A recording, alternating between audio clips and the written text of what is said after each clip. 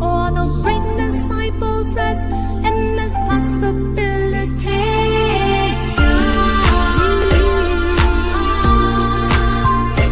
Looking in the mirror, what do I see?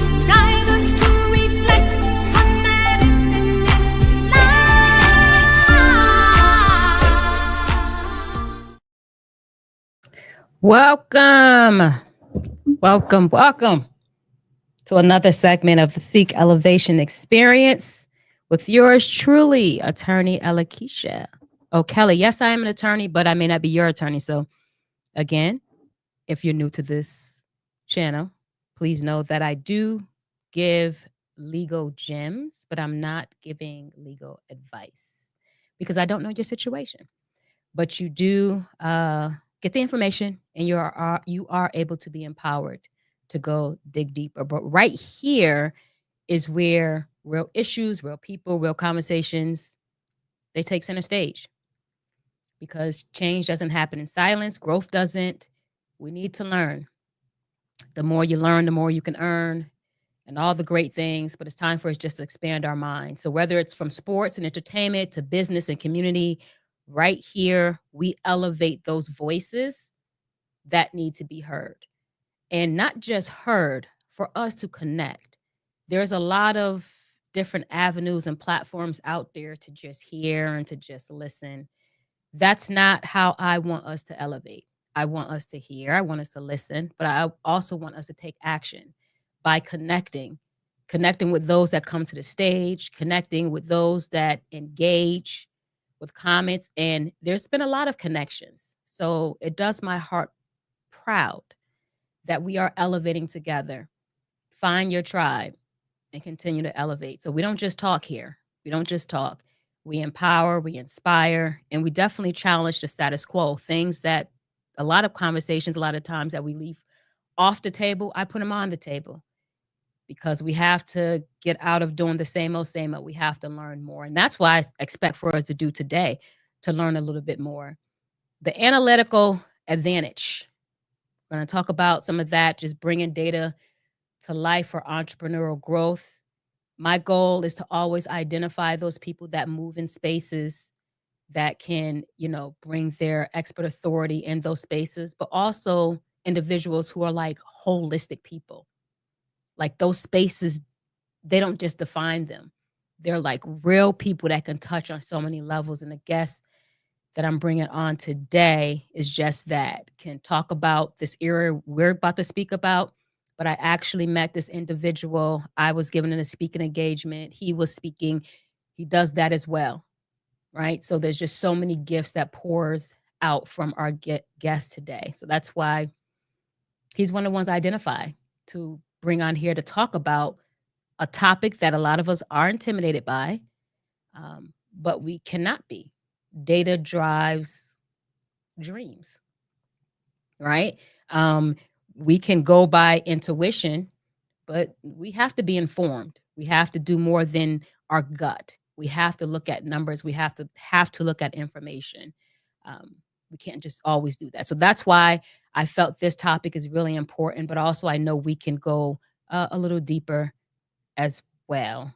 So we're going to go ahead and get into it, and then I'm going to introduce the guests. And this segment, I know it says like analytical and data, you think entrepreneurship. Yes, this segment is for those who are in business, who are looking for answers, because sometimes the answer is not out there. It's hidden in your own data. But this segment's just for not just founders, but creatives, change makers. Sometimes the way that we move, you are a business within yourself and what you're doing. And a lot of times I think we parse that out. We go by labels. I'm not an entrepreneur if it's not this. No, if you are a creative, if you're in sports and you're entertainment, um, you are the service. Sometimes you are the product. If you're a change maker out here in general, making changes, data matters for you. So if you're in any of those arenas and you're tired of just flying blind, right?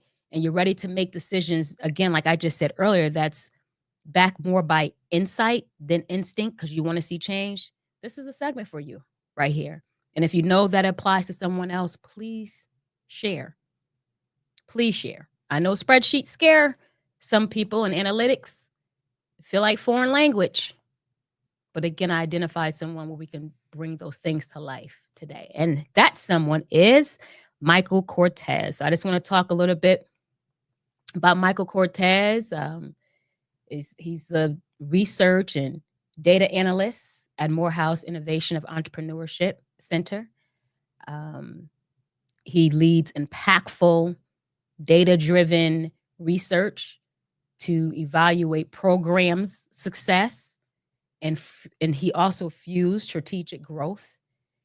He has a keen eye on uncovering trends and opportunities, and that's why I said it's important too. When you look at whoever you're looking towards to help you in a particular area, look at what they bring to it, right? So, like even myself, yeah, may say attorney, but I bring a holistic, a whole life experience to that being an attorney.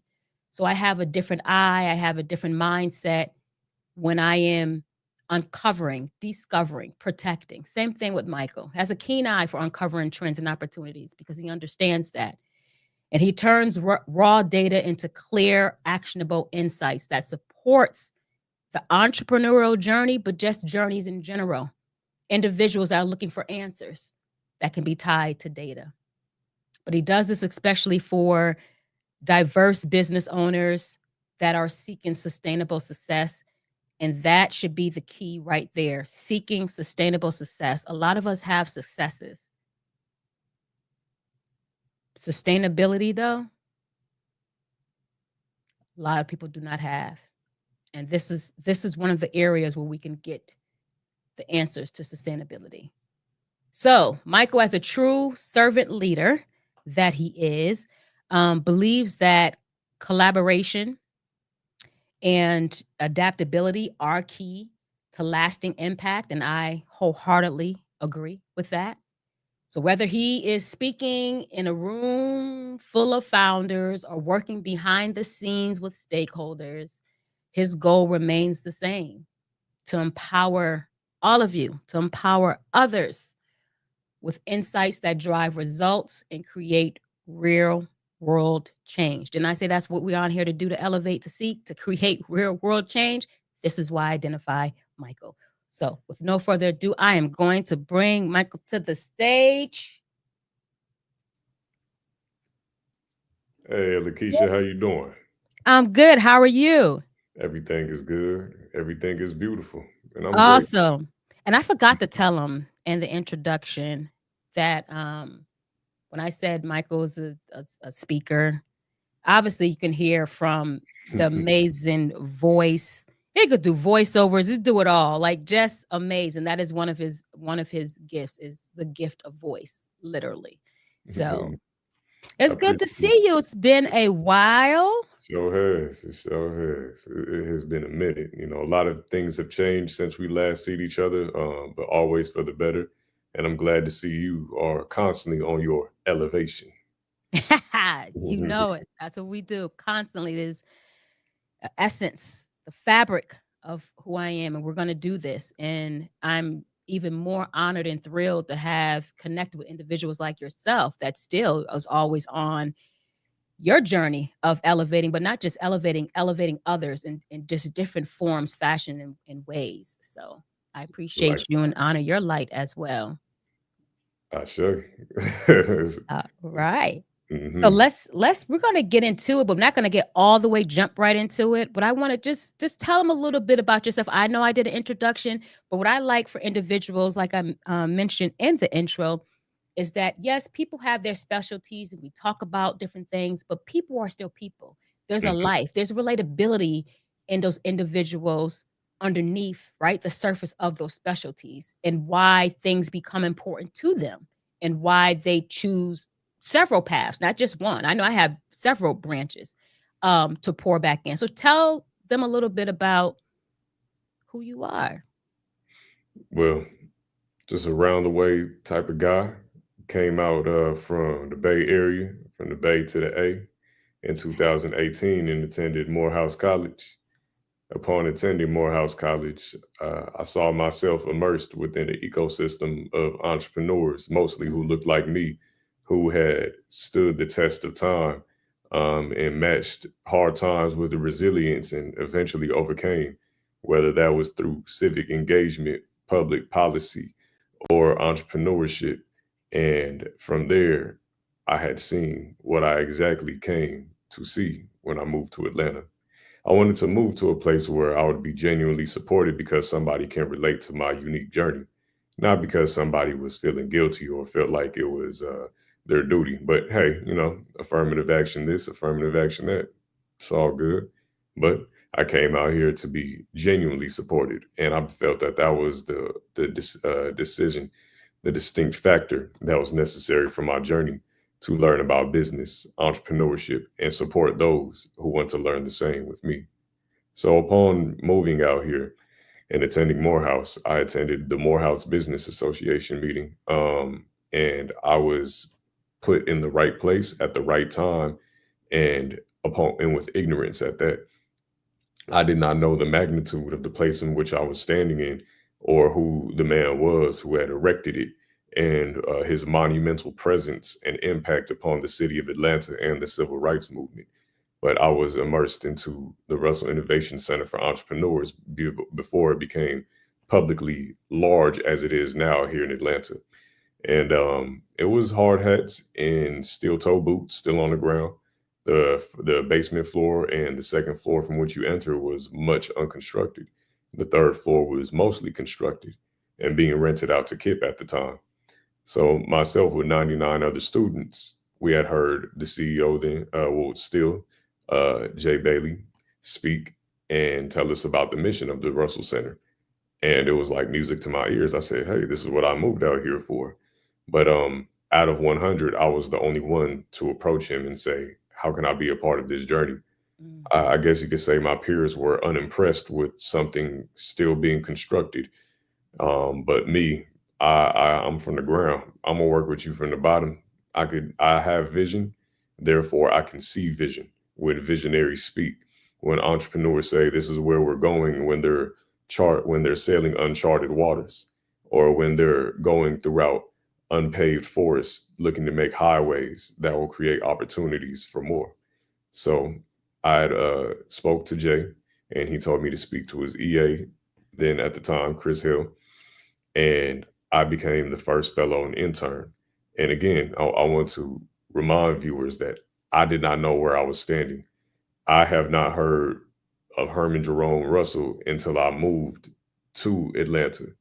Out in the Bay, we hear a lot about the Black Panthers, Eldridge Cleaver, and whatnot, of course, and of course Angela Davis and others, because Oakland, California, was the birthplace of the Black Panthers. But not often do we get to hear about several Southern civil rights leaders, and not often are we taught about civil rights leaders who were also multimillionaires building most of Atlanta's skylines. And sometimes I think that's by design. If I mean, being fully transparent, it more than likely is by design to not informed marginalized communities about those who come from their communities and who have overcome systemic racism through its capitalistic ways and became a conqueror, a champion of that, and used those finances and strategy and network that they have to create more opportunities for more. So I guess you could say ignorance was bliss in that moment, because from there I had met so many C-suite executives, founders, global heads of organizations like Google, Microsoft, even over at Disney. I met Les Brown there as well. And I met actors, I met athletes. I met so many people just coming into the building. And more importantly, I learned about H.J. Russell's legacy. And that right there was most important, because for our children, for our people, for anybody, because everybody needs heroes, no matter what community you come from. I had seen another possibility of self, which I had imagined before I had moved to Atlanta. And now I was seeing it in real time. That's beautiful. And that's why it's important for, I want people to tell their story and who they are, because I want to even just back up to what you had said. There's several things to capture in there, but just being at the Russell Center, and I remember too, I also graced that building where it was just cement floors. It was nothing. It was just a vision. And I took a tour there. We visited it with the Atlanta Black Chambers at that time, many years ago, but they seen that it was going to be something huge. I know exactly what you're talking about. But while you was there with other individuals, you did something. You're not a follower. You didn't follow. You said, I'm stepping up. I have a question I need to ask, and I'm going to ask it. Also, what you stated was you have vision, right? When things are not, you're not waiting for the cream of the crop. You're not waiting for things to be laid out. You said, I know there is something here. And I'm a person who is a visionary who can identify with other visionaries as well. So you completely moved on that. And then the other thing is, listen, you're not just existing. You're trying to, you're not trying, that's the wrong word. You are striving to make sure you operate in the highest energy of yourself, because you begin to learn and you recognize, and oh, this is siloed here and we don't do this, and you learn. And so that's why I like people to say their background, because when you go to people to help you within any area, understand the essence of that person. There's one thing I wholeheartedly disagree with, and this is probably unpopular opinion. People say personal and business, they're not the same. A personal life and a business life. Who you are personally, I strongly believe you bring that essence to your business at the end of the day. You can't, if you're someone who is this enlightened, driven individual, it's going to carry over and it's going to show in what you do business wise. If you're someone that's not, you're lazy, you're this, you're quick, you're schemish type of person, it's going to carry over too. You don't parse. It's who we are. And so that's why I like people to get to know who the person is that I bring to the stage, because connection and energy of connection is important. Beautiful. So thank you for that. Indeed. First of all, I did a lot of studying with I love, I'm not a historian, but I think I'm an honorary one, because I am a junkie for two things: documentaries and just history. And the more I learn about it, history is the present. And if we want something to be different in the future, it's got to change. I literally read, watch, and study things that I can switch the date out, and you wouldn't know if we were at that date or if we were in 2025. And I think if a lot of us study history, it would change. But all right, so from curiosity to calling. So you did that. You made those connections at the Russell Center, and then what kind of more from there? Let's go back. You Morehouse man, and I don't know if a lot of people even understand that one, but you know, do your research on that more. So what did that all look like? So you down in Atlanta, and then you know you want an entrepreneurial journey. You're learning some things. How did that continue to kind of morph towards what you're doing now? Yeah. So when I was a junior at Morehouse, I had became very good friends with the small business development consultant at Morehouse. And he was like, Mike, what are you going to do when you graduate? And I said, man, I don't want to go the traditional psychology route where I got to go get the master's, then the doctorate just to help people. I said, that's not my goal. Like, why do I have to go into debt to serve humanity? I don't believe that. I believe that at any moment, anybody can serve humanity, whether that's seeing somebody on the bus or the train or wherever you're at, and you just give them a smile, and that brightens their day. So But I truly didn't believe that I had to do all that. So I said, well, I also have to be practical. How am I going to provide myself with sufficient income post graduation? So that way I can start thinking about upward mobility for myself and not be in the same place. Right. And he said, Mike, and brother name is Terrence Strong, a great brother, by the way. He said, Mike, you ever thought about being a data analyst? And I said, no, what's that? He said, you're already a data analyst. I said, how? He said, don't you do statistics and psychology? I said, yeah. He said, all that behavioral data that you're looking at, that you're doing that you're writing white papers on and whatnot, that's data analytics. I said, how come nobody's talking to us about this in the psych department like that? I think now I'm gonna be fair. I think there was maybe one or two people who came and spoke about it, but the messenger is just as important as the message, just to be so honest. So Right. so he came, spoke to me about it, and I guess it started ringing more bells. And I was a junior at the time, so I was like, all right, let's get a roll on. So from there, I didn't go home for winter break. So I had just every day, maybe like 4 hours each. I took this Coursera program teaching me about data analytics with Excel and Tableau. So I had did that through Duke University and learned a whole lot. And I said, okay, I could see myself doing this. And decided to take it up a step further post graduation.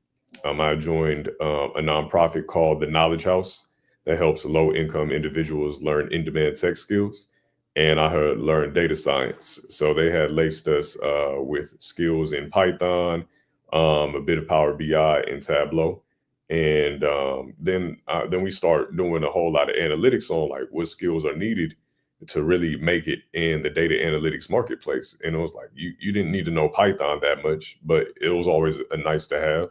But SQL and Excel and just a data visualization tool like Tableau or Power BI, and you're set. I mean, I had the statistics background already, so I already knew how to formulate questions that would lead to the insights that we needed. So that was great for psychology. And then I had the stats. So it was just about, all right, Michael, now you got your Batman belt on.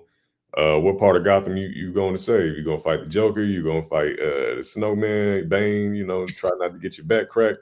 Right. You know what you gonna do? So from there, I started posting about my journey, and I had a couple interviews just from like people reaching out to me on LinkedIn. I think that's one of the things that people underestimate about LinkedIn is it's great to show that you've been outside networking, but it's networking is capitalistic in its nature, and that's no problem. It's just that you're networking to learn about how you can make money with somebody or get a connection to make some more money. Right. Plain and simple. That's networking.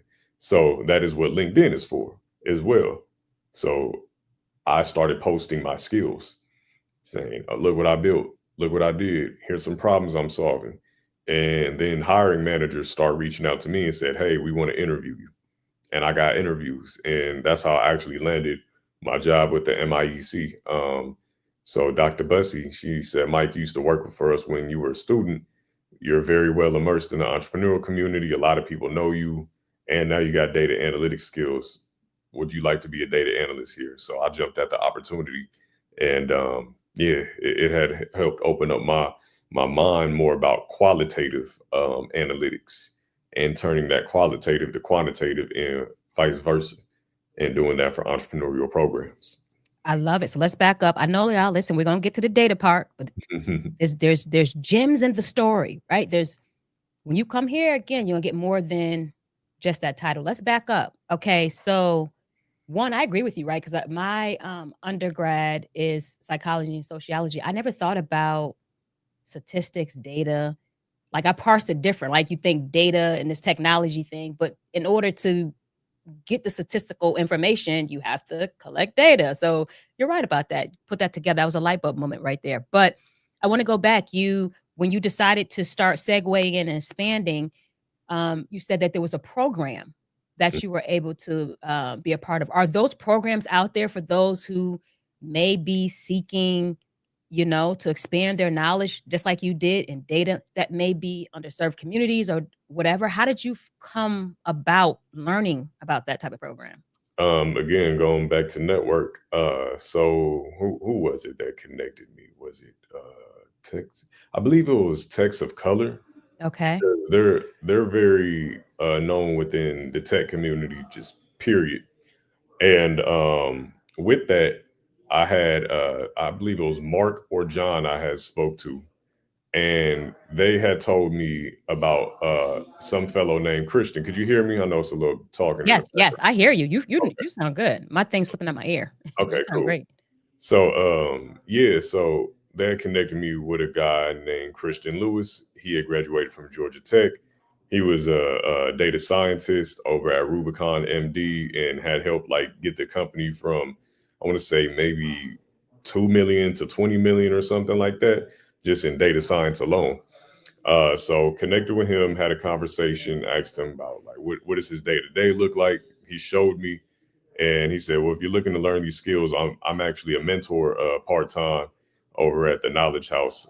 I volunteer there, just teaching people about data science, and you could apply for their program. So I did that, and timing was right as they were launching a program in Atlanta, so they needed people. And then I got into the program, and hey, that was that.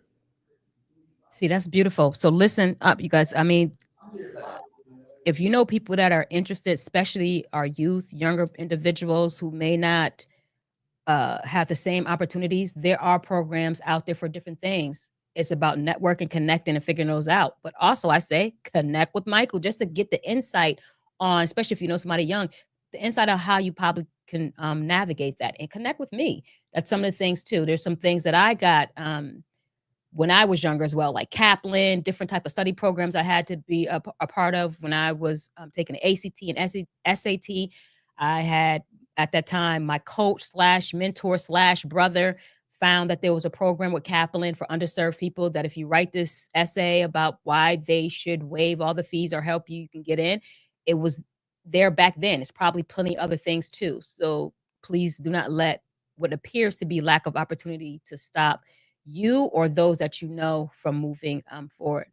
All right. So you got in there. That's how you got it. Now you got this connection. But also, one thing that you said is important. We're not going to bypass it. You always showing up. People already recognize either from direct engagement or involvement with you that this is the right fit, or they're watching how you're showing up on your platforms. I tell people that all the time. You never know who's watching. So always show up in the manner in which you want those opportunities to happen. All right. So now that we walked all the way up, tell us a little bit about now.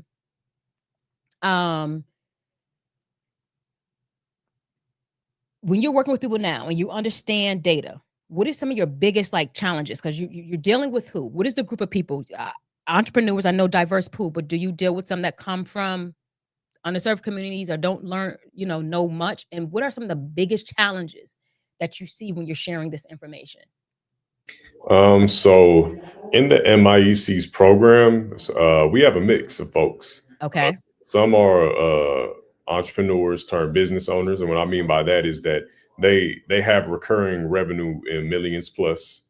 So they're not under the 100K mark, or if Okay. they are, then still fine. But the main thing that and all of them aren't from like underserved communities too. The MIEC, we have various programs. Like a lot of people think just because it's Morehouse is just for Black people. That's a fallacy. We have Latin folks, we got white folks, we got really everybody. It's just about the industry that you align in, but we primarily do have Black people as within the as participants in the programming. So when it comes to conveying the insights to them, they don't really get to see it much. So like let's say if I were doing a consultation with somebody, which I have done before, and I was just talking to this entrepreneur, like, okay, what do you know about your data? I was like, okay, Shopify tells me this about my data. I said, okay, that's great that Shopify has these built-in metrics for you. But what are you doing outside of Shopify telling you what your data means and optimizing on that? It was like, well, I'm not really doing much. I'm just letting Shopify take care of it for me. It's telling me my sales volume, any chargebacks I got, where my customers are. I could segment them based on ethnicity, race, age, gender, geographical location, things of that nature. And I was like, okay, well, you ever thought about segmenting them based on what times of day they buy? I was like, nah, I ain't really think of that. It's like, yeah, if you think about segmenting your customers, no matter where they are in the country, and then you could start to do one for the entire country, then based on state, but based on what times of day that they buy, then you could start to have optimized or specific marketing plans towards those times in which those people buy within those states or just the country as a whole. It's like I didn't really think about that. It was like, well, yeah, if you just do an A/B test, like just choose two of your top performing states of customers that you serve. Wait, back up. What's A/B test? What's that mean? Oh, yeah, A/B test is just like option A, option B. Okay. Yeah, and option A could be like the control group, and then option B would be the experimental group. So then we're experimenting, seeing, okay, I'm actually going to do a targeted campaign for those in the B group, and see if they're going to buy more at this certain time that they've been buying more. And then the control group, we're not doing nothing with them. We're just seeing what happens. So with that A/B test, then you would see if there is a true difference in this hypothesis. And the hypothesis being, I believe that customers will buy more based on the times that they've been buying already. So let me offer maybe a 10% discount if they buy between now and then, or whatever that may be. It could be like from the hours of 11 a.m. to 3 p.m. Let's see. And then boom, if you notice a different in your sales, like, okay, we look at it at the historical data now. Boom, we look at last month, there was no test. But sales were consistent. Now we look at this month for the A/B test, and we see it could be something as small as a 15% increase in sales. That's still a high number. I don't care where you at in business. Yeah. If you did a test and you got a 15% increase in your sales just off of that test, and it didn't cost you nothing but just to look at your data and see what times people buy and where they're buying from, hey, you just came up. Now you can take that little 15% and start putting in other areas of your business where it's most needed, and build from there. But when I suggested that to the entrepreneur, they were very taken aback. I don't know if they took it. They didn't ask me for any, like, hey, could you do this for me? I just gave them the game and left it at that. But hey, we'll see. But so that entrepreneur you were speaking to said, I use Shopify, I use this. So when you look at the diverse people that you actually serve, and thinking about that person too, is there a stark difference between who's using what and who understands what? And what is the misunderstanding? Or is it you don't care? You just see all entrepreneurs, no matter what background they come from, seem to be missing the power of data and they just don't understand? Or are you seeing it differently? Like, what are you seeing? Well, based on what I've been seeing now is that across the board, people just don't comprehend data that much. Okay. Yeah, they know how important it is, but AI's got people in a chokehold right now. It used to be data was the big thing, but now it's like, oh, AI this, AI that. And I'm like, okay, well, you need healthy data to create healthy AI. That's just the proof of it. It's like how our body needs healthy food to be healthy, or else you're gonna be walking around all day sluggish, tired, anemia, kidney stones, whatever. Start So eating how do you healthy. mix the two? I'm happy you brought that up. You said you need healthy data to create healthy AI. So how, because first of all, artificial intelligence has always been here. We're morphing Yeah. and we're using it more. Of course, it's getting better, and then it's starting to, oversaturate. But how do you, since that is the direction we're going, good point. If data is important in whatever we do, how do you marry the two? How do you now say AI's here and this is what we need to do? We don't lose the power of data to AI. Mhm. So you want to ensure that your data is cleansed, meaning that you take out the null values. If there's duplicates, you clean that up too. If there are any like null values, like, all right, let's say I got somebody that genuinely, I mean, not genuinely, but buys most of the time, but now they're missing and I can't see where they are, how much they bought. Then I could, again, go back to the historical data and be like, well, boom, plug that number in there. They usually buy that $7 product.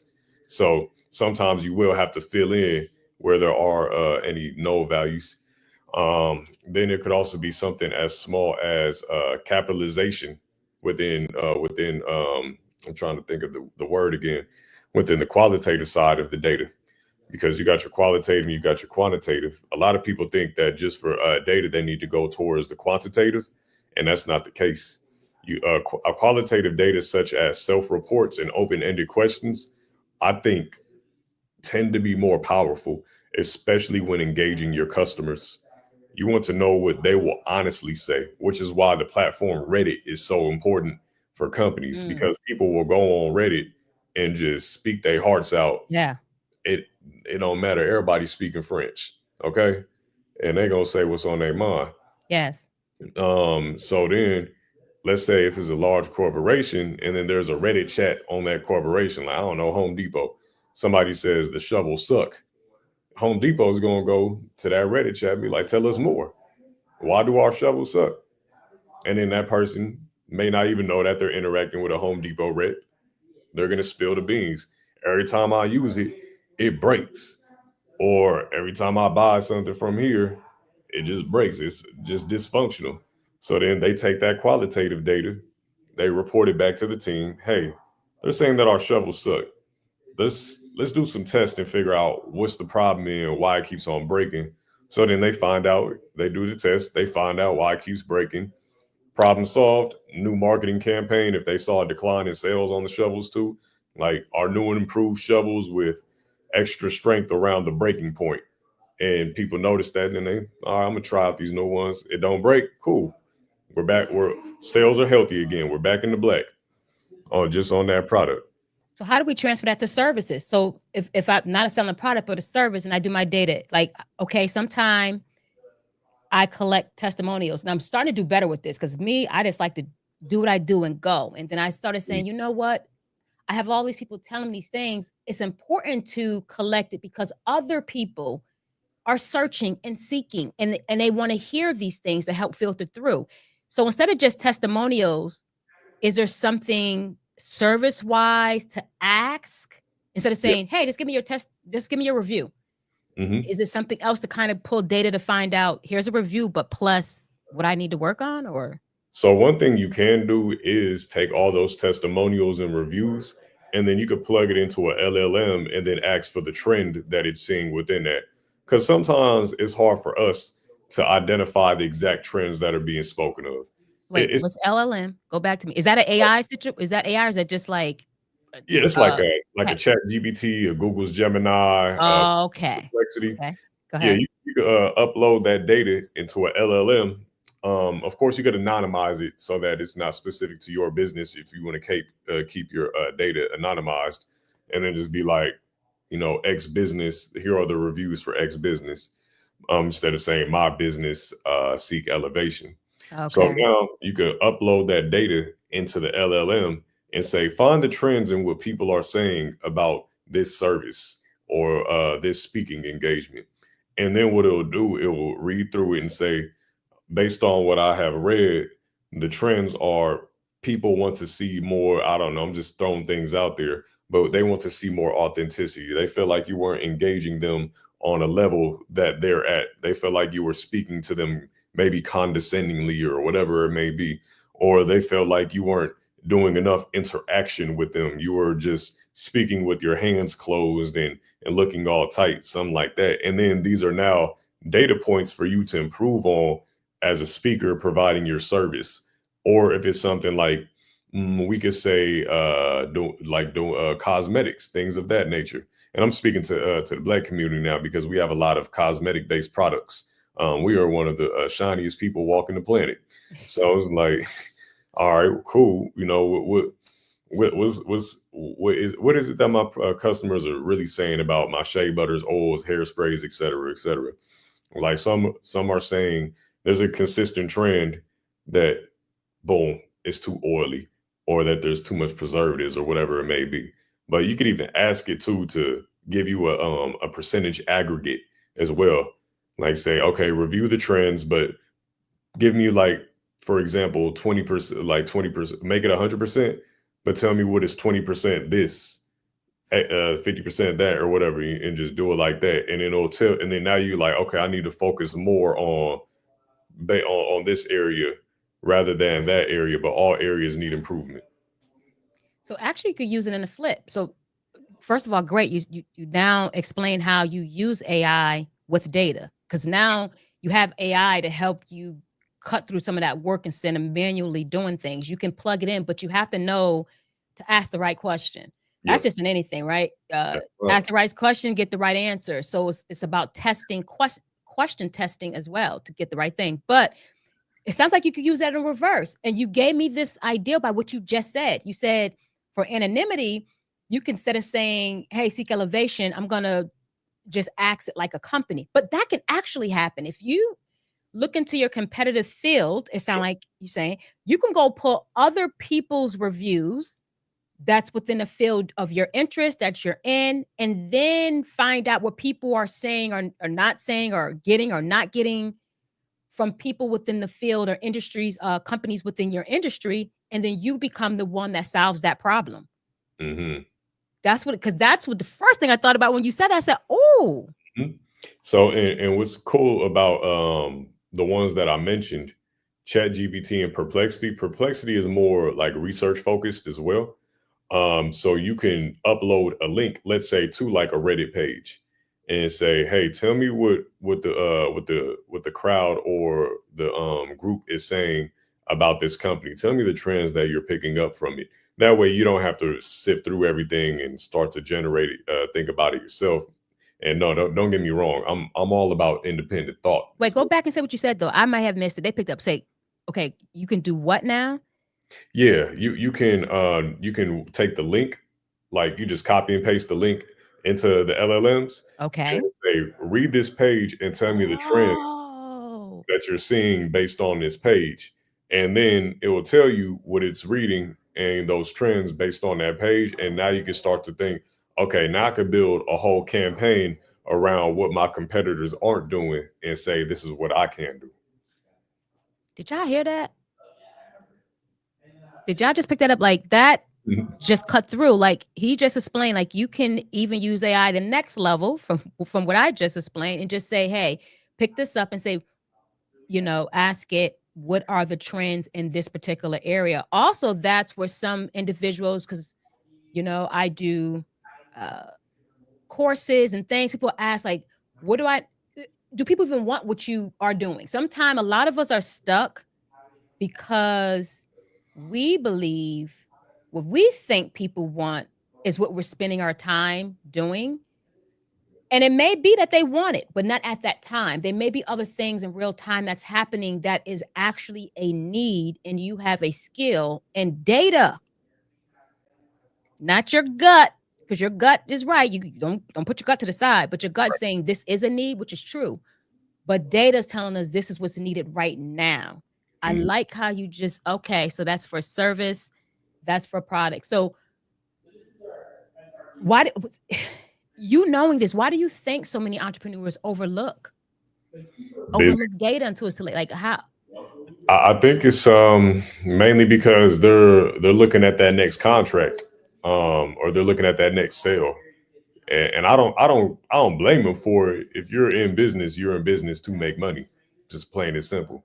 But the way to make money is to learn. Like there's a direct correlation between learning skills and wealth accumulation.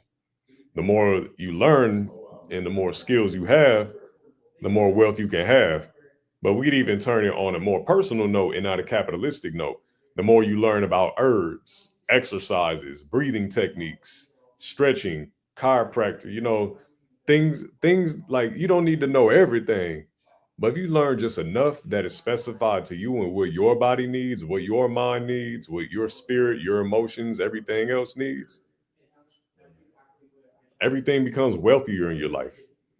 Health and wealth are one and the same. But for a lot of entrepreneurs, They're just trying to get to that next mark.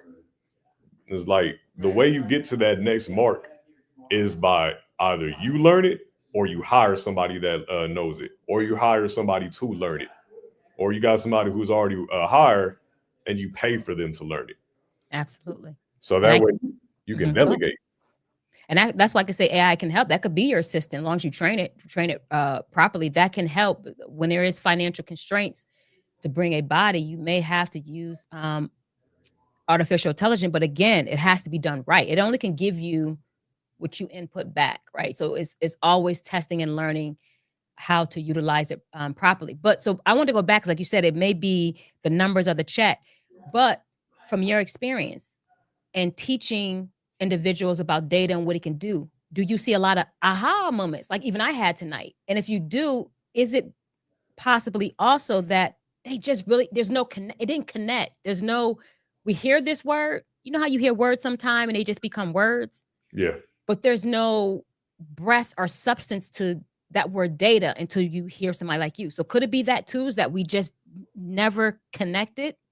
I would say yes. Because especially now, since AI is changing a lot of industries, and particularly within data, a lot of data folks, when it comes to AI, they're going to be more AI strategists within the coming years.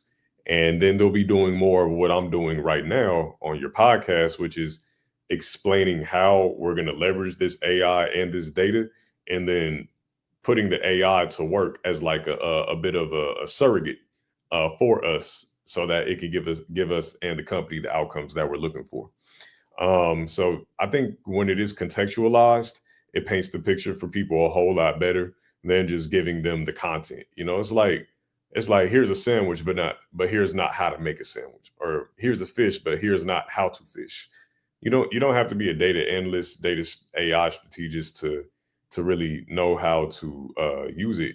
But if you learn from the right person about just a few ideas, you don't need a whole book, just 3 ideas on how you could optimize your data, I think that'll start steering people in the right direction.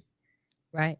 And I also think not just the what and the how, but the why, right? So here's the fish, here's how you get the fish, but this is what the fish is doing for your body. Omega-3. I think that last part is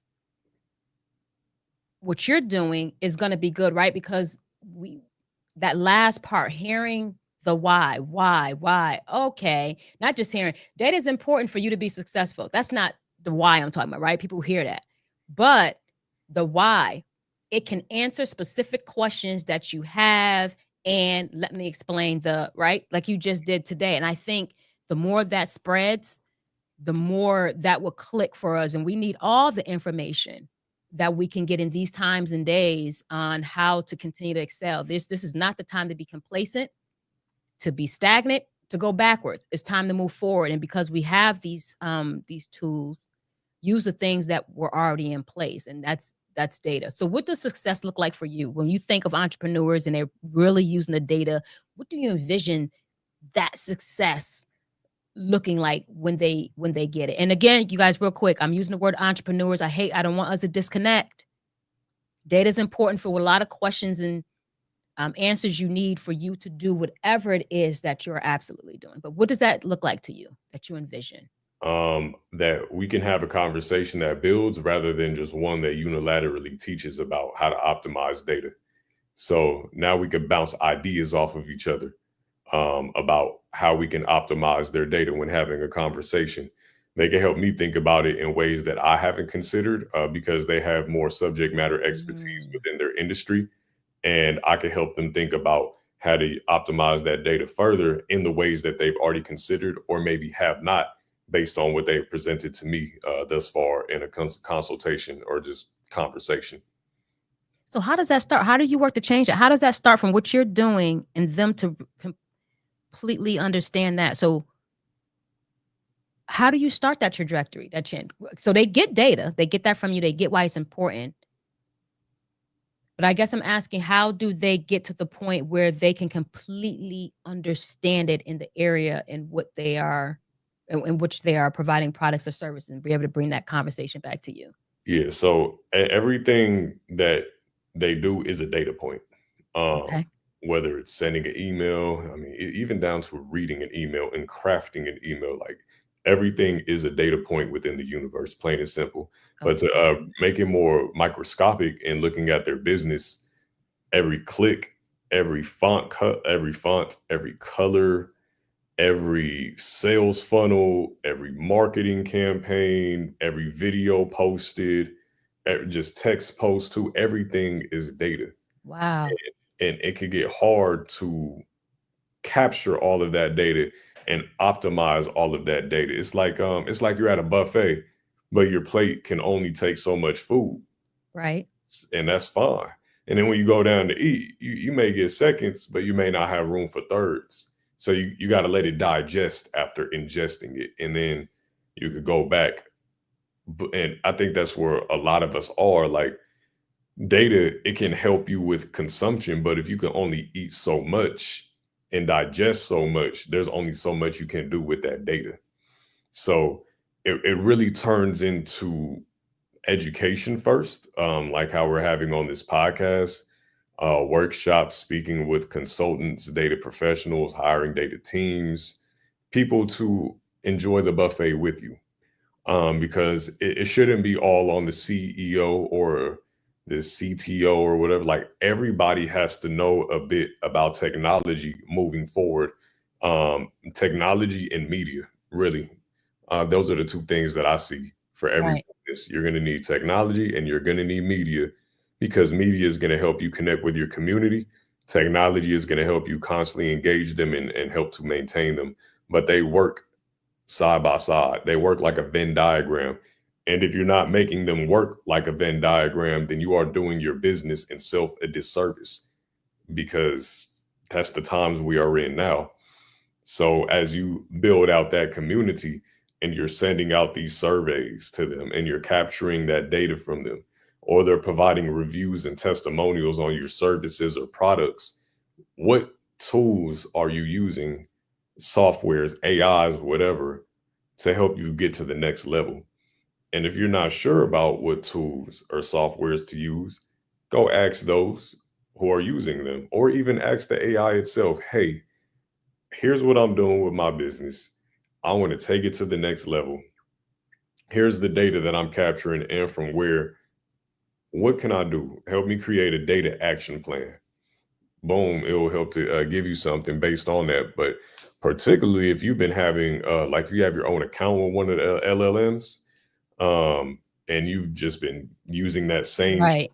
time after time, now it's learning Yep. based on that same chat that you've been speaking to, and it will give you more customized recommendations rather than having to go out to the internet for everything and then bring it back. Now it's like, I know you better.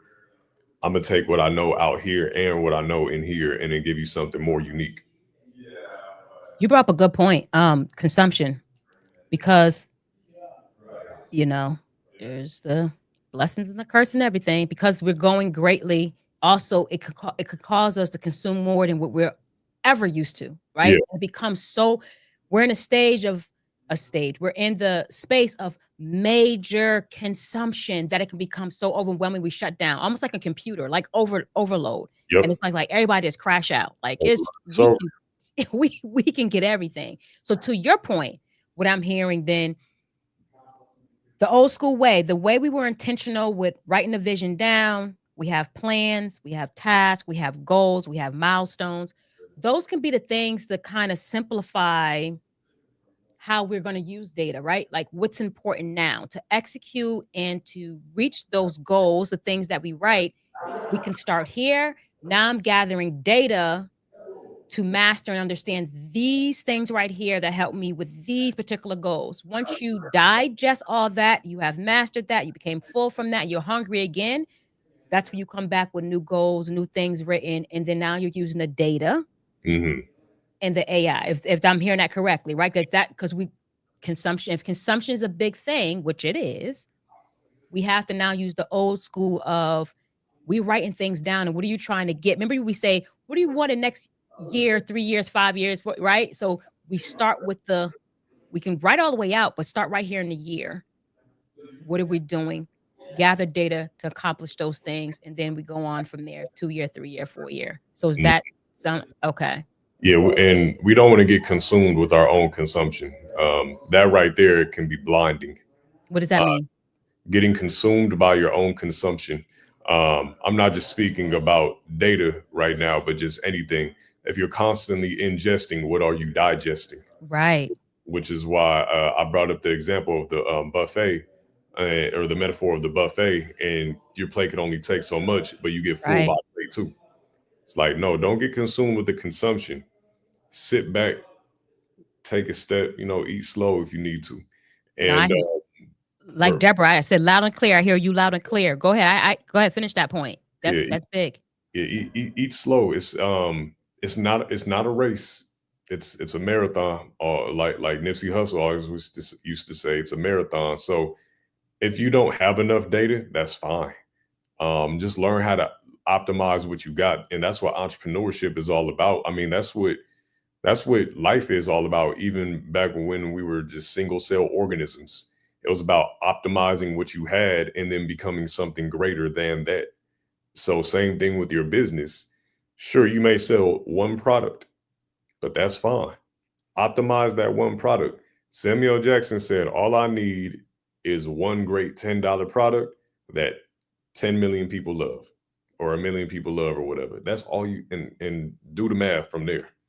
That's 100 million right there. If you sell the 10 million.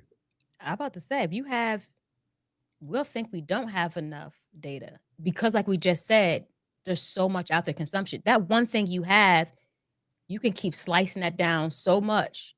It Hmm. could be more data than you think that you don't have, that you do have right in front of you. And then we already know this is where comes important when you said don't be consumed by the consumption. The more you find out what you don't know, you find out what you don't know. And you can stay in the constant seeking phase, right? You stay, Yeah. instead of, now that I got this, I'm gonna do something with it. You keep just drilling down. And as Deborah said, consumed by your consumption. Does that mean the tapeworm? Facts. People they got the tapeworm out here. That's why you get greed, avarice, and whatnot. Like, nah, just I seen a man cut an avocado into 50 slices just by his technique. But me, I was cutting the avocado into maybe what, 10. But when I learned his new technique, I said, "Oh, my salad's about to be on and popping now. I'm about to have a whole lot more off one. Now I ain't got to buy $10 for 4 avocados anymore." So, but it's just about how. And same thing with money. Same thing with anything. It's not about how much you got, but how you use it, how you spend Yes. it. Because Yes. it like, I think about all the rappers and whatnot that flex all their money and all their jewels and whatnot and their cars and stuff and houses, right? And how much money they got. Cool. Looks good, right? But what if they were to buy a Bitcoin when it was $10,000 or less? You think they'll still be rapping? Or you think they'll just have more stuff? Nah, they if they would have took that little 500K that they had and bought some Bitcoin back when it was $10,000, oh, they would have been up by now. Yeah. It would have been on and popping. So everything in life is about how you use it, because self-defense, hey, that is martial arts. That's self-defense. You ain't using it to just go antagonize people, but it's a deadly art, but you're not using it to be a murderer. Right. So But to same your, thing with people who are super smart. They could be out here hacking everybody bank account and stuff like that if they want to, causing economic terror and whatnot, but they don't want to use it that way. So, and then there's some that do, and then they go to jail. So, but that's, right. But to your point, you're speaking about the relationship with the thing.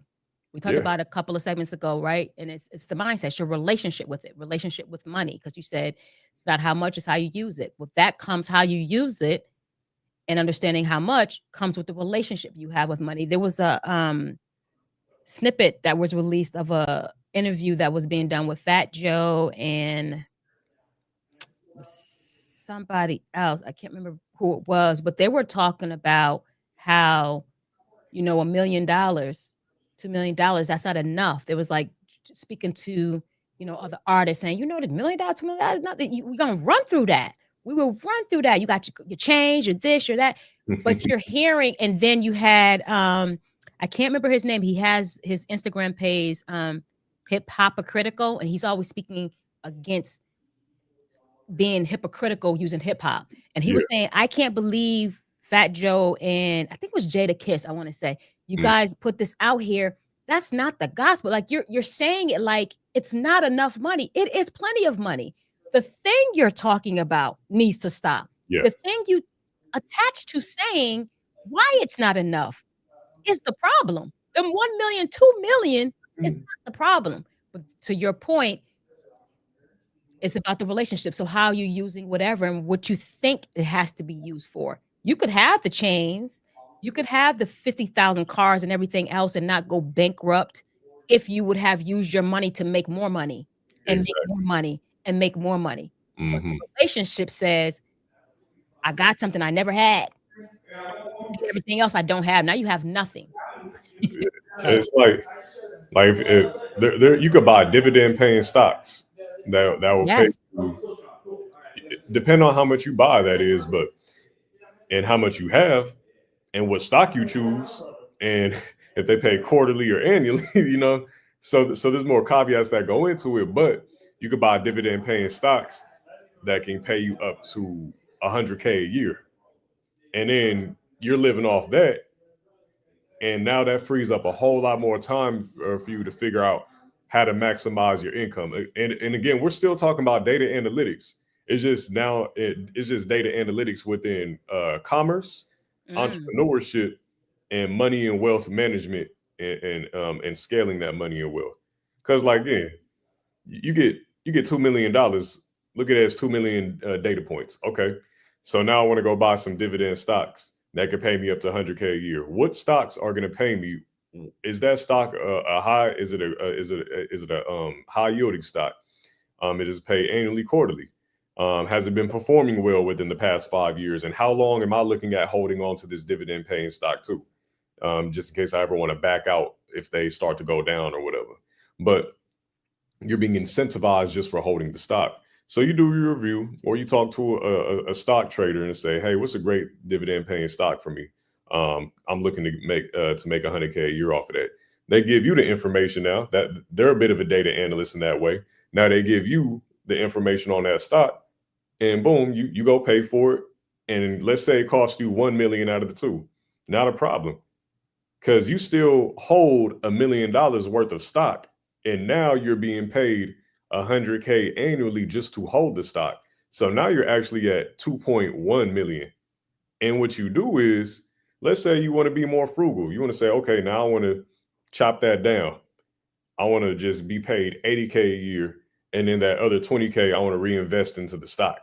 So boom, it's grown over time. Or you take that 20K a year and you think, okay, well, now I want to start a new business using that 20K. It could be something like vending machines. You buy $5,000 worth of vending machines, and then you put at least, let's say, 10 within the inventory for it, and then you place it at apartment complexes, gyms, whatever it may be. And now you're making, let's just ballpark it, 20,000 a month just off vending machines alone. And maintenance brings you down to just pure income. EBITDA brings you down to an EBITDA of 8,000 per month. So now, I mean, you're winning eight times 12. What is that? So now you're making a whole lot more. That's why everything is just about, like, one, what you know, how you perceive it, what your relationship to it is, and how are you using it. Because $2 million, that's a lot for anybody. I don't care what you say. It's a lot. So when you said that's not enough, but see what you just said, because I was going to ask you, so how do we shift from us being intimidated and ignorant when it comes to data to being empowered? But I think you kind of just answered it, what you just said here. We got to change our language. I just Yeah. I thought our language. You literally went from, we're talking about money, but wait, we didn't shift from the topic. We didn't shift. We're still talking about data. Mm-hmm. So everything, it just clicked to me what you just said. Everything is a data point. Yeah. We've literally talked about getting these reviews, getting these, talking about products that sold or went out, but then we went to talking about money we're spending or money we're gaining. Everything is a data. So is it fair to say, to get us to be more empowered and not ignorant or intimidated is to know that the language we need to say, speak, and think of is in data? Um, Or I is would, that overwhelming? I would say it's in the person's mindset. Data can be a great way for you to transform the way you think, and evolve the way you think. So I would say earnings before interest, taxes, Oh, depreciation. she just explained what EBITDA is while you're Okay. talking. Yeah. It's a financial metric used to assess a company's profitability and operating performance by excluding non-operating expenses. Okay, yeah. So thanks, Deborah. So yeah, I would say it's more within the person. Data can definitely be used as a pathway to looking at things more, because when you do realize, like, even companies that have remote workers, sometimes they'll send them laptops that track how many pushes on the keyboard are they striking, so that way they can gauge if they're really working or not. It gets like that. So then they start to do data analytics based on that person now, and like, okay, X worker says they're working 8 hours a day, but based on those pushes, they're only doing 3. We need to have a conversation with them in HR or whatever. So then biases can creep into data then, right? Because what if you have someone who types 60 words per minute, 80 and then 100? How do you that's crazy. Yeah, and that's the thing. What I've learned when I was doing the behavioral studies and psychology was that not everybody is going to be honest in their answer, and that's just what it is. Okay, that's true too. There's gonna be biases in the answers too. Yeah. So you Yeah. just have to look at the trend of the bulk of what you're getting and see what it's saying to you. Because you'll have that bell curve, Okay. and on the outliers, you'll have the lower end, the upper end. So let's say mostly everybody agrees that strawberry ice cream is good.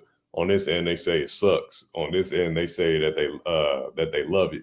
Okay, well, why do we have these outliers of love and suck? Let's go talk to them. Because on the middle part, cool. They said they're good. They're fine with it. But then you go talk to the people that says that it sucks. Could somebody just be dissatisfied with, I don't know, it could have been the packaging. It could be something as small as that. It could have been the spoon they used. They could have just been having a bad day. Or maybe strawberry ice cream triggered a memory for them that they didn't like. It when it comes to these research studies, these product research studies, it could be some crazy stuff. And it's like, all right, well, let's go to talk to the people that loved it. Were they high that day? Like, let's keep it real. Right. Were they high that day when they came in? And are they just saying this because they want to be chosen for the next study when they come back? So it's so many considerations that it can quickly become convoluted and sometimes even make you very cynical of the data. So the best thing for you to do is just take what you got, usually that middle part of the bell curve, and then work with that. But don't forget about those two on the outliers. Still have more in-depth conversations with them. Still talk to the people in the middle. Why is it good? Why did it suck? Why did you love it? So using data right now, right? So we know we could use data to give better customer experience. We heard you say that. You can also use data to get more customers, or also not to waste your time to make sure you're giving the product or service that is needed at that time. How can data be used just for breakthroughs for people right now in this time we're in now? What if you have some who are entrepreneurs but also working 9 to 5 and they're trying to find opportunities? Is there a way to use data to help set them apart in this time where it may be hard doing it the traditional way, looking for stuff? Is there something, a little cheat sheet of saying everything's data, this is what you should possibly look at data wise? I would say, because a general cheat sheet, I would say the best thing for them to do is to leverage their data with AI. Like, anonymize it first. Know what you've anonymized, and then figure out which AIs are you going to use. It doesn't just have to be a LLM or generative AI. It can also be, let's say, like, again, a data point could be a video. You could use like an AI that chops up a video into clips for you, and then Oh, you can leverage it that way. You could use an AI that can help you build an app for your community, such as Lovable. Let's say if you don't want to use a Discord or a Slack or something like that, now you just go make one that's custom to your community or custom to the specific metrics that you wanted to gather within your community. Because let's say a Discord or a Slack isn't providing you all of the capabilities that you want for your community. So boom, you go to Lovable, tell it what you need, what you want. The AI will create that app for you. You're not coding at all. So right. it could be something like that. I would be more focused on just what I have and how I can leverage it. And then talking to people who are in these fields and asking them their opinions on my data too. Because never forget the human factor within technology. Right. We can't forget the human factor. There is no technology without the human factor. I Mhm. always tell individual, I mean, that's what drives it. First of all, the humans created it, but that's what drives it. Again, it only knows what you tell it. And to your point, it's learned. If you create um, a platform that you're using all the time, it's starting to learn based on everything that you put in there. It learns your language, it learns what you're looking for, it learns a lot. But I was thinking more along the lines, is there a cheat, not necessarily like it was cheat sheet in quotes, but is data helpful for those who in my mind I'm saying yes, because you said data is everything, who may be looking for, because if you look on LinkedIn, there's a lot of individuals that are saying they, for so many reasons, were layoffs. Some way to use data of what companies are looking for, um, where there's a gap, you could use that data, and then you're now not wasting time. You're addressing these companies on the specific based on data, the specifics that they may be looking for or needing. I guess that's what I'm trying to get at. Does that make sense? So like looking to solve the company's problems to enhance the likelihood of being hired by them. Yes, because I'm saying if we're saying old traditional way, which is, oh, I have skills and I've been applying for these jobs, and I've seen a lot of people say, I've been on thousands of interviews, but maybe I'm wondering if we're doing it the traditional way. But if we're using data and being a little more intentional Hmm. on whatever information may be out there, why jobs are letting off, what positions, what is the need, and then we're curating that information to be more intentional on how we show up. Now, it can be a bit difficult to figure out a specific company's problems because that would be more internal. Um, Okay. but let's say an article was released about Okay. what the company is going through, because chaos is always an opportunity. So let's say an article was released about what the company's going through. You read that article, you connect with a hiring manager or recruiter from that company, or you got somebody on the inside, and you say, "Here's what my skills can do to address this problem. I would like to speak further about it." That's one way. Another way could be you could look at what industry that they're in, and based on that industry, you can find market research reports and look at those market research reports and say, okay, do the skills that I have align with the problem that this company is looking to solve? If yes, then you could go again, hiring manager, company, whatever, or go to an event if they have any events and say, hey, I recently heard about so and so going on in the market. I know that XYZ company addresses that problem. I would like to speak more about how my skill set can add value to the company in solving that problem. Something like that is going to make people's ears perk up. Like, oh, they're talking about the only time, like for millionaires, billionaires, business people, like very successful people, when I've had a conversation with them, they were really tuned in if I added value in some way. Absolutely. That's Just it, period. that's and plain and simple. Like you don't want nothing in your life that detracts value from you. Like you only want things that add value. So it would be the same like that somebody who has a business wants the same. We're having this conversation because it adds value. So find the problem that they're solving, see how you can address it with them, Or if it's something that they haven't thought about, then go about it that way too. You can make a slide deck presentation on with a bit on yourself and how you would go about this problem and go from there. But talk about skills that you're learning as well. People want to know what you can build. And at the end of the day, it's about what can you do when it comes to business. For Like, them. yeah. Exactly. And that's what I wanted to pull out of you, because I wanted people who may come across this and listen, those who are listening now, listen later, watch it, audio. I want them to hear, because sometimes we'll turn away from something if we feel like it doesn't feed our situation. And I wanted to pull in data where it's with someone who say, okay, I don't even relate with being an entrepreneur, creative, a change maker. I just work and I'm struggling right now. What can be done now? That's why I wanted to hear how data still speaks to no matter what area you're in and what it can do if we just get out of the the learned way of doing things. But if we try to apply something new, such as data research. So that was huge.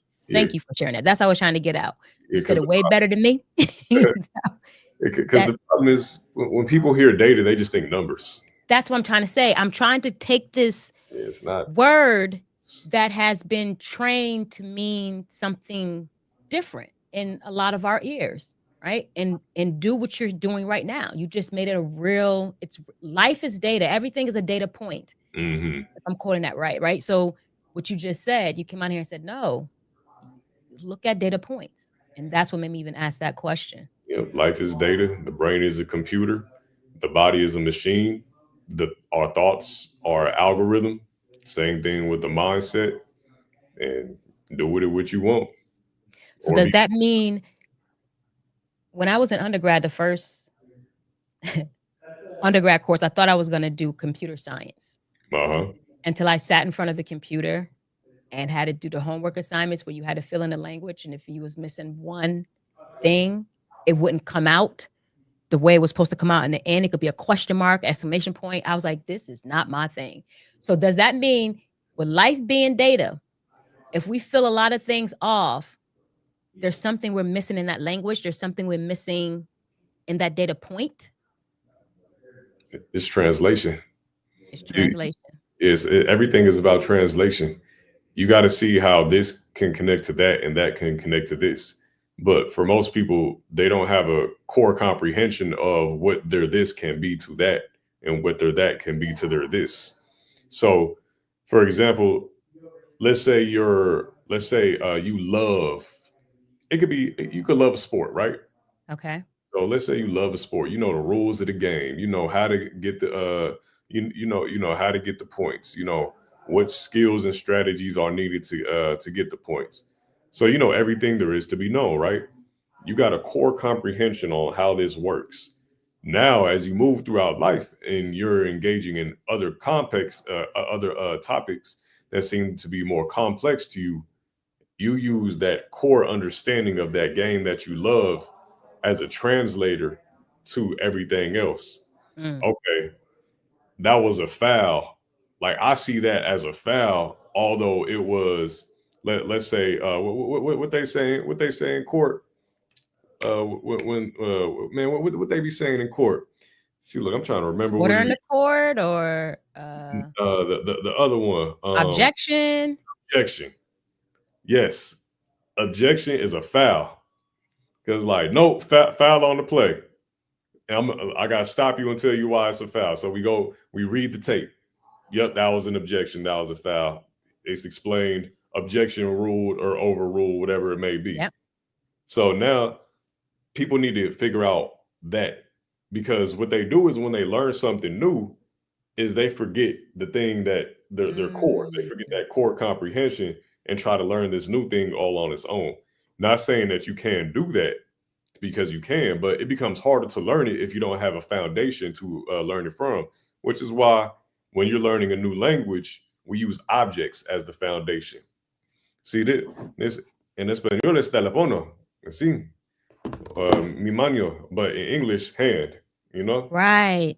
But we use the symbol, the image of the thing that we all know. We use the thing that you do know, and you're connecting it with the new language that you're learning. Exactly. So that right there can help people a whole lot just in everything that they do. That was good because I do that. I didn't know that was. It's just natural for me. I'll Mm. use a lot of language from track, sports, whatever. I'd be like athlete in life or Mhm. stay in your lane. You just got DQ'd from do right. So it was just transfer, but I didn't even realize, and because that helps me to communicate the essence of what I'm trying to say because that thing I know is relatable. And then I may now translate. But I'll be Yep. like, you say DQ, but I go there. I didn't even realize that was yeah, a human part of us. And that helps a lot. Like you Mm. said, don't try to go completely into this language and you're not connecting it to something that you're already familiar with. And that is how we learn new languages. They show you stuff, Mm. images, a mom, a dad, sister, brother. And you're learning those words. Right. Because Gotcha. I remember being a baby, I played a Sonic video game, and then I would hit the little box above the coconut tree, but it had a question mark on it. So then when I started learning about grammar, I would call the question mark a coconut. I Ah. said, I was like, okay, A, B, C, whatever, coconut. And then teacher would be like, "You're so cute, Michael. Why it's a question mark? Why are you calling it a coconut?" I said, "Because when I play the game, I see this, I see the thing, like that's what I was calling a question mark. I said, I see the thing in the game on top of the coconut tree, so it's a coconut." Oh my And, gosh. And and that's how you associate it. That exactly. was your word association. Hmm. Question mark was a coconut. So those developmental years, they never go away from us. They just Yeah. evolve, plain and simple.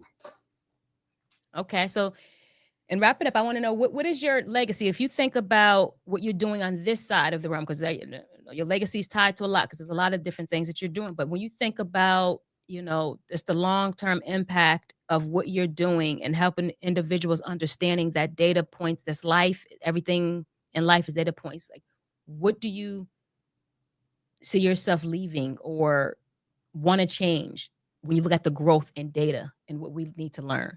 Mm. I would love to leave a book that translates data to life. Ooh.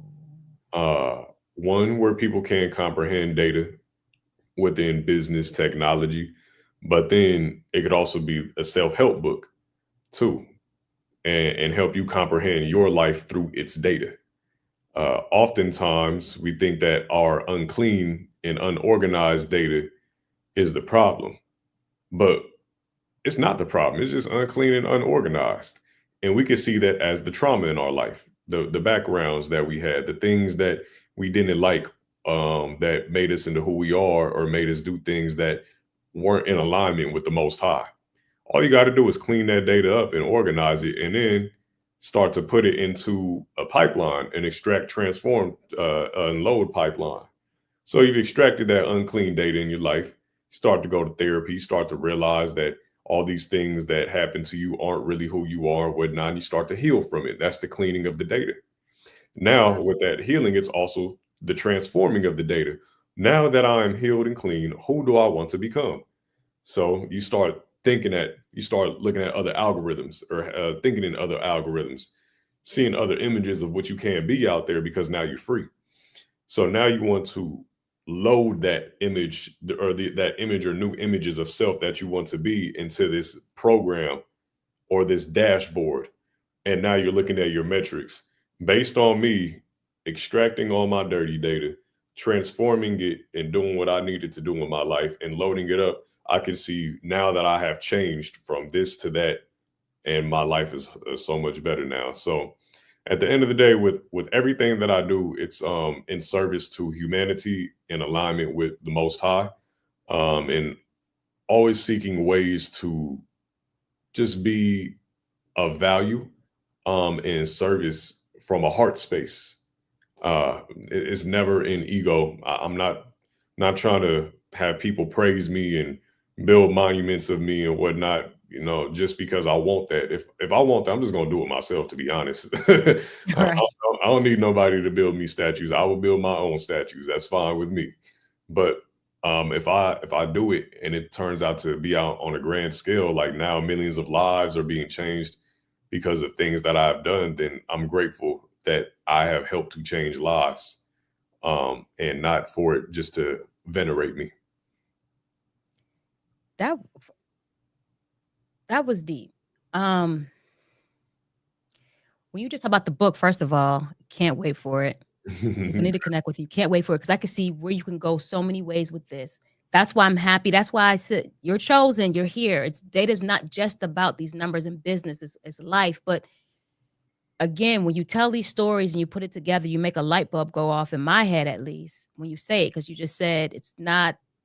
You have mismanaged bad data. Just rearrange it, clean it up, put it where it's supposed to go, and it changes the whole outcome, that whole algorithm situation. And it made me think immediately, and we talk about language. We always talk about limiting beliefs. That comes from me, right? I'm like, oh, these limiting beliefs, people tell you this. That's downloaded. This is translation to limiting beliefs from other people is a downloading of data.